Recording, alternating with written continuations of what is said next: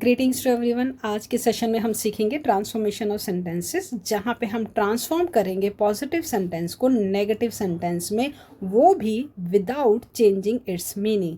यानी जो हमारा अफर्मेटिव यानी जो हमारा पॉजिटिव सेंटेंस है उसको जब हम नेगेटिव बनाएंगे तो उसके मीनिंग में कोई भी बदलाव नहीं आएगा। यानी जो अफर्मेटिव सेंटेंस जो बोलना चाह रहा है वही उसका भाव नेगेटिव सेंटेंस में निकल कर आएगा। हमें नेगेटिव बनाते हुए दो बातों का ध्यान रखना है। देखो क्या, एक तो नेगेटिव वर्ड्स जैसे नो, नॉट, नेवर और एंटोनिम्स को यूज़ करेंगे। साथ में हमें जो भी अफर्मेटिव सेंटेंस का जो भी टेंस गिवन है हमें उसके टेंस में कोई छेड़छाड़ नहीं करनी है। मतलब मान लो अगर अब हमारा अफर्मेटिव सेंटेंस प्रेजेंट में है या पास्ट में है या फ्यूचर में है, तो जब हम नेगेटिव बनाएंगे तो हमें ये ध्यान रखना है कि उसका टेंस भी चेंज नहीं होना चाहिए। ना तो उसके मीनिंग में चेंज आना चाहिए, ना ही टेंस में हमारा चेंज आना चाहिए। तो अब हम अपने सेंटेंसेस को ट्रांसफॉर्म करेंगे, यानी उसके स्ट्रक्चर में बदलाव लाएंगे, उसके फॉर्म में चेंज लाएंगे, वो भी कैसे? Without changing it's meaning. चलिए अपने रूल नंबर फर्स्ट पे चलते हैं। देखो रूल नंबर फर्स्ट क्या कहता है, अगर सेंटेंस में हमारे टू बी वर्ब्स यानी is, am, are, was verb given है, यानी रूल क्या कह रहा है, अगर टू बी वर्ब गिवन है तो उसके साथ हमने नॉट लगाना है, साथ में हमें एंटोनिम का यूज़ करना है। एग्जाम्पल से समझते हैं। देखो अफर्मेटिव यानी पॉजिटिव सेंटेंस है मेरा, he is a good student, वो एक अच्छा स्टूडेंट है। अच्छा एक बार मैं आपको बताना चाहूँगी, आप ये मत सोचना कि सिर्फ नॉट लगाने से ही हमारा वो नेगेटिव बन जाता है। मान लो अगर आप ये सोच रहे हो इस अफर्मेटिव में नॉट लगाने से वो नेगेटिव बनेगा, लेकिन उसका मीनिंग चेंज हो जाएगा। लेकिन हमें ट्रांसफॉर्मेशन में मीनिंग को तो चेंज नहीं करना, ठीक है। अब आप देखो यहाँ पे अगर मान लो मैं लगाती हूँ ही इज़ नॉट, अगर मान लो आपने यहाँ पे नॉट लगाया, ही is not a good student, तो उसका क्या मतलब हुआ कि वो अच्छा स्टूडेंट नहीं है। जबकि अफर्मेटिव हमारा क्या बोल रहा है, अफर्मेटिव तो बोल रहा है कि वो तो अच्छा स्टूडेंट है।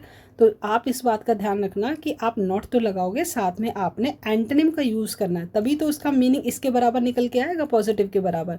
देखो कैसे, रूल ने क्या बोला कि बी वर्ब, मेरा बी वर्ब है, इसके बाद नॉट लगाओ, नॉट लगाओ। एंटोनिम्स यहाँ पे गुड का ऑपोजिट क्या हुआ, बैड हुआ।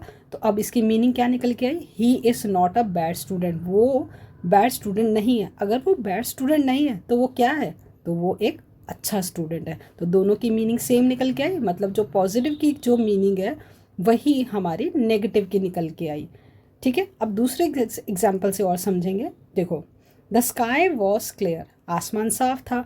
अब वही हमारे यहाँ पे बी वर्ब यहाँ पे पास्ट का है, तो हमें पास्ट में ही बनाना है। मैंने आपको पहले ही बताया कि हमें टेंस के साथ भी छेड़छाड़ नहीं करनी, ना मीनिंग के साथ छेड़छाड़ करनी है, ना टेंस के साथ छेड़छाड़ करनी है सेंटेंस के। अब देखो आसमान साफ था, वही द स्काई, हमने वॉज बी वर्ब, अब हमने नॉट लगाया, नॉट लगा दिया। अब यहाँ क्लियर का ऑपोजिट क्या है, cloudy, the sky was not cloudy. अगर आसमान क्लाउडी नहीं था तो क्या था आसमान, द स्काई वॉज क्लियर, यानी दोनों के मतलब सेम। तो यही है हमारा ट्रांसफॉर्मेशन ऑफ सेंटेंसेस, जहाँ पे हमने मीनिंग को चेंज नहीं करना, ना ही हमें टेंस को चेंज करना है। चलिए अब अपने रूल नंबर 2 की तरफ आते हैं। देखो अगर सेंटेंस में हमारे अगर दूसरे ऑक्सिलरी वर्ब्स जैसे have, has, had, can, could, will, would, shall, should, may, might, must, अगर ये दिया हुआ है, मतलब ये हमारी हेल्पिंग वर्ब है, ऑक्सिलरी वर्ब है, यानी साथ में मेन वर्ब भी आई होगी, तो वो क्या है, हमें रूल क्या कह रहा है कि हमारी ऑक्सिलरी वर्ब के साथ हमने नॉट लगाना है, और हमें एंटोनिम्स यानी जो मेन वर्ब है या उससे जो रिलेटेड वर्ड्स हैं वहाँ पे हमें उनका ऑपोजिट लगाना है। तो देखो कैसे, इसके एग्जाम्पल से समझेंगे। देखो यहाँ पे मेरा पॉजिटिव सेंटेंस है, you should obey the rules, कि आपको रूल्स ओबे करने चाहिए। तो अब यहाँ पे इस रूल के हिसाब से क्या है, ऑक्सिलरी वर्ब मेरी यहाँ पे मॉडल ऑक्सिलरी वर्ब शुड लगी, इसके साथ मैंने यहाँ पे क्या लगा दिया, नॉट। अब एंटोनिम क्या, ओबे, यानी मेन वर्ब मेरी ओबे है, तो इसको मैं जब इसको ऑपोजिट बनाऊंगी तो क्या बन गया, डिसओबे। तो you should not disobey the rules, आपको रूल्स को डिसओबे नहीं करना चाहिए। जब आपको रूल्स को डिसओबे नहीं करना चाहिए तो इसका मतलब आप क्या कर रहे हो, you should obey the rules, यानी मीनिंग इन दोनों के सेम हुए, यानी जो पॉजिटिव का मीनिंग है वही हमारा नेगेटिव का निकल कर आ रहा है। यानी हमने ट्रांसफॉर्म तो किया, नेगेटिव वर्ड तो यूज़ किया, लेकिन उसके मीनिंग के साथ छेड़छाड़ नहीं की, और जो टेंस यहाँ था वही हमने नेगेटिव में टेंस लिया है। दूसरे एग्जाम्पल से समझेंगे। देखो दे विल रिमेंबर, वो याद रखेंगे। अब यहाँ पे वही मेरा दे विल मेरी मॉडल ऑक्सिलरी वर्ब, साथ में मैंने नॉट लगाया। रिमेंबर का ऑपोजिट क्या हुआ, फॉरगेट, तो दे विल नॉट फॉरगेट। तो अब यानी अगर वो फॉरगेट नहीं करेंगे तो इसका मतलब क्या है, वो याद रखेंगे, तो दोनों का मीनिंग सेम।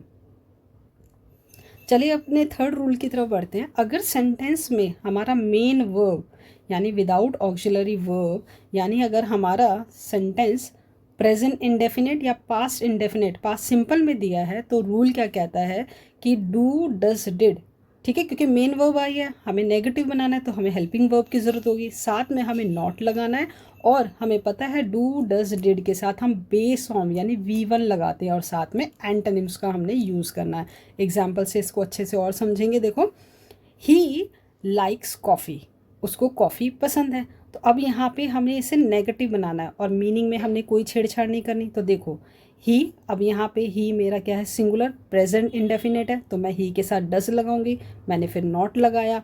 अब यहाँ पे लाइक का ऑपोजिट क्या हुआ, डिसलाइक कॉफ़ी, तो वो कॉफ़ी को डिसलाइक नहीं करता, तो इसका मतलब क्या है, वो लाइक करता है कॉफ़ी, यानी मीनिंग सेम, यानी मैंने टेंस के साथ छेड़छाड़ नहीं की, ना ही इसके मीनिंग के साथ छेड़छाड़ की। दूसरा एग्जाम्पल देखो, she went to the store, वो स्टोर गई। अब यहाँ पे she went to the store, अब ये पास्ट का है, अब वेंट है तो मैं यहाँ पे डिड लगाऊंगी, ठीक है। अब यहाँ पे नेगेटिव बनाया, मेरा रूल क्या ही रहा है कि डिड और नॉट, साथ में हमें बेस फॉर्म तो लगानी होती। अब ये देखो, अब मेरा ये वेंट है, अगर अगर ये मेरा वेंट है यहाँ पे, तो वेंट टू द स्टोर, तो मैं इसका ऑपोजिट बनाने के लिए क्या करूँगी, stay away from the store, यानी वो स्टोर से दूर नहीं रही। अगर वो स्टोर से दूर नहीं रही तो इसका क्या मतलब है, वो स्टोर गई, यानी मीनिंग जो है सेम निकल कर आया। चलिए अब अपने थर्ड रूल को समझते हैं ट्रांसफॉर्म करते हुए। देखो, अगर सेंटेंस में हमारे वर्ड्स जैसे always, often, sometimes, seldom, never, everyone, everything, everywhere, both, all, अगर ऐसे वर्ड्स दिए हुए हैं तो रूल हमारा क्या बोलता है, रूल बोलता है replace with negative equivalent. Negative equivalents words को हमने यूज़ किया है, करना है। मतलब यहाँ पे अगर ऑलवेज दिया है तो इसका ऑपोजिट क्या करना है, नेवर। अगर एवरीवन है तो हमने क्या यूज़ करना है, नो वन। तो देखो इसके एग्जाम्पल से अच्छे से समझते हैं। देखो, ये पॉजिटिव सेंटेंस कह रहा है ही इज़ ऑलवेज लेट, वो हमेशा लेट होता है, ठीक है, वो हमेशा लेट होता है। तो अब यहाँ पे वो क्या कह रहा है कि ही इज़, ऑलवेज का ऑपोजिट क्या हुआ, नेवर, तो he is never on time, अगर वो कभी भी टाइम पे नहीं होता तो इसका क्या मतलब है कि वो हमेशा लेट होता है, तो यानी ऑलवेज का नेगेटिव इक्वलेंट मैंने क्या बनाया, नेवर लगा दिया, ठीक है।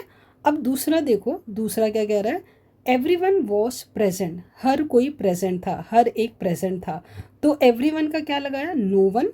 नो वन वॉज एबसेंट, कोई भी एबसेंट नहीं था। जब कोई भी एबसेंट नहीं था तो इसका मतलब क्या है, एवरीवन वॉज प्रेजेंट, यानी दोनों की मीनिंग सेम। तो बस आपने इसी बात का ध्यान रखना है कि जब आप नेगेटिव में बनाओगे मीनिंग को चेंज मत करो और ना ही उसके टेंस को चेंज करो। अब आ जाओ अपने रूल नंबर 5 की तरफ।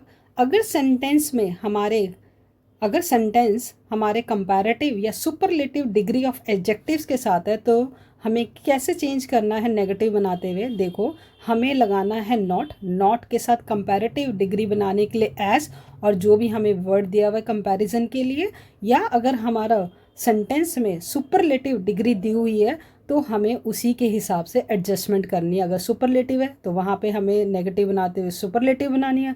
अगर अफर्मेटिव में अगर कंपैरेटिव है तो वहाँ पे हमें नेगेटिव बनाने के लिए हमें कंपैरेटिव डिग्री यूज़ करनी पड़ेगी। एग्जाम्पल से और अच्छे से समझते हैं। देखो, फर्स्ट है he is taller than his brother, वो अपने भाई से टॉलर है। अब हमें इसे नेगेटिव बनाना है, ठीक है। तो रूल क्या कह रहा है कि नॉट एस, और यहाँ पे जो भी कंपैरेटिव डिग्री यूज़ हुई है वो यूज़ करनी है। तो यानी ही इज़ नॉट एज, यही रूल बोल रहा है एज। अब टॉलर का ऑपोजिट क्या हुआ, as short as his brother, तो यानी इन दोनों का मीनिंग बराबर निकल कर आया। नेक्स्ट देखो, this is the best book, ये सबसे बेस्ट बुक है। अब यहाँ पे हमने जब अब ये सुपरलेटिव में दिया हुआ है द बेस्ट, अब दिस इज़ नॉट, हमने क्या नॉट लगाया, नॉट के बाद हमें अब सुपरलेटिव डिग्री ही यूज़ करनी पड़ेगी, क्योंकि जो यहाँ पे जो यूज़ किया हुआ है सुपरलेटिव, तो हमें नेगेटिव में भी सुपरलेटिव यूज़ करना पड़ेगा। तो दिस इज़ नॉट, अब बेस्ट का ऑपोजिट क्या है? वर्स्ट। तो this is not the worst book. अगर ये द वर्स्ट बुक नहीं है तो क्या है वो? This is the best book. यानी दोनों के मीनिंग सेम निकल कर आए। इसका नेगेटिव मैं ऐसे भी बना सकती हूँ, there is no other book as good as this one. उम्मीद है आज का आपको कॉन्सेप्ट समझ में आया होगा कि ट्रांसफॉर्मेशन ऑफ सेंटेंस, जहाँ पे हमने अफर्मेटिव को नेगेटिव सेंटेंसेस में बनाना सीखा। Thank you for watching.